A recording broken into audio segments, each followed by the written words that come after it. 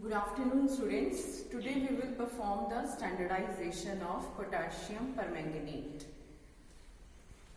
So first of all, the basics of this titration. As you very well know, this is a redox type of titration in which oxidation and reduction take place simultaneously.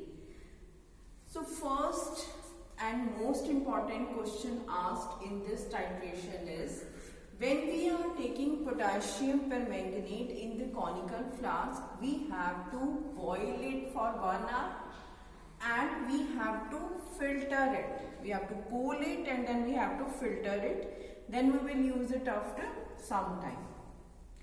So the main question is why we have to boil the potassium permanganate. You see, ordinary distilled water, it contains traces of organic impurities. So what happens in that, these organic impurities, they react with potassium permanganate to give you manganese dioxide. And this manganese dioxide is further reacting with potassium permanganate to give you more and more amount of manganese dioxide. So when more and more amount of manganese dioxide will be formed, it will decrease the strength of potassium permanganate.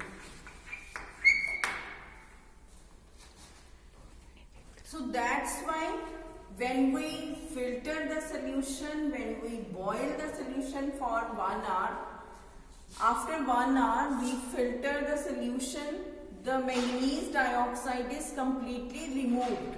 It is mainly an impurity which should not be formed during the titration.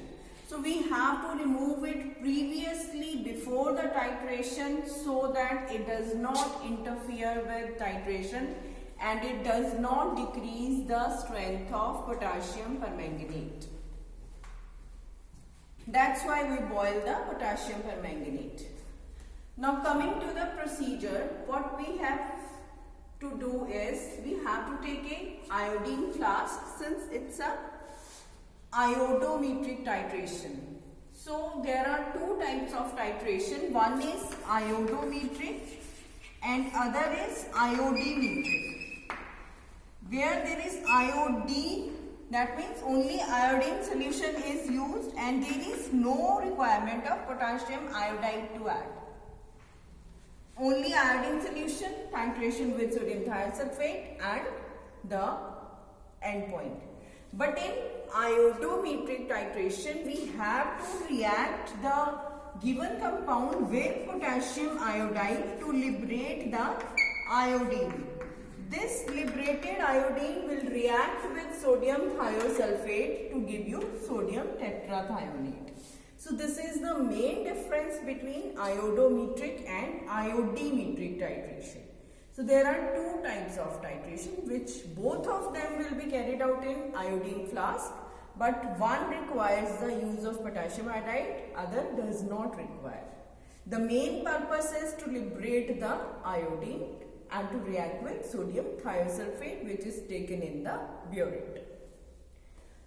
So in iodine flask we will take potassium permanganate, we will add some water and then we will add little amount of sulfuric acid. This is also one of the question to be asked.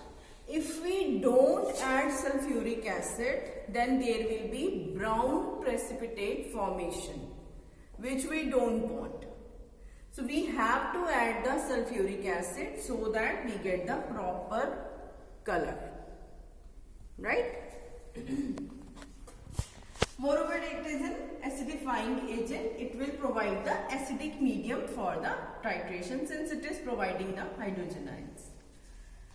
So three of them will react together, that is potassium permanganate, potassium iodide and sulfuric acid. And what they will form? They will form potassium sulfate plus manganese sulfate plus our main purpose, that is liberation of iodine. So when the iodine will be liberated, it will react with sodium thiosulfate to give you sodium tetrathionate, which is our main end product. The color change will be due to formation of this. After we add the starch indicator. We have added these three things. Then we have titrated. We get the yellow-green color. Then we'll add the indicator, that is starch. In all the iodimetric and iodometric titrations, the indicator will remain the same, that is starch. It will give you blue color. Then after titration, the blue color changes to green. So this is the procedure, this is the chemical equations, and with this normality equation, you can calculate the exact normality of potassium permanganate. That was our main purpose, that we are standardizing the potassium permanganate, that what is the exact normality of potassium permanganate. Thank you so much.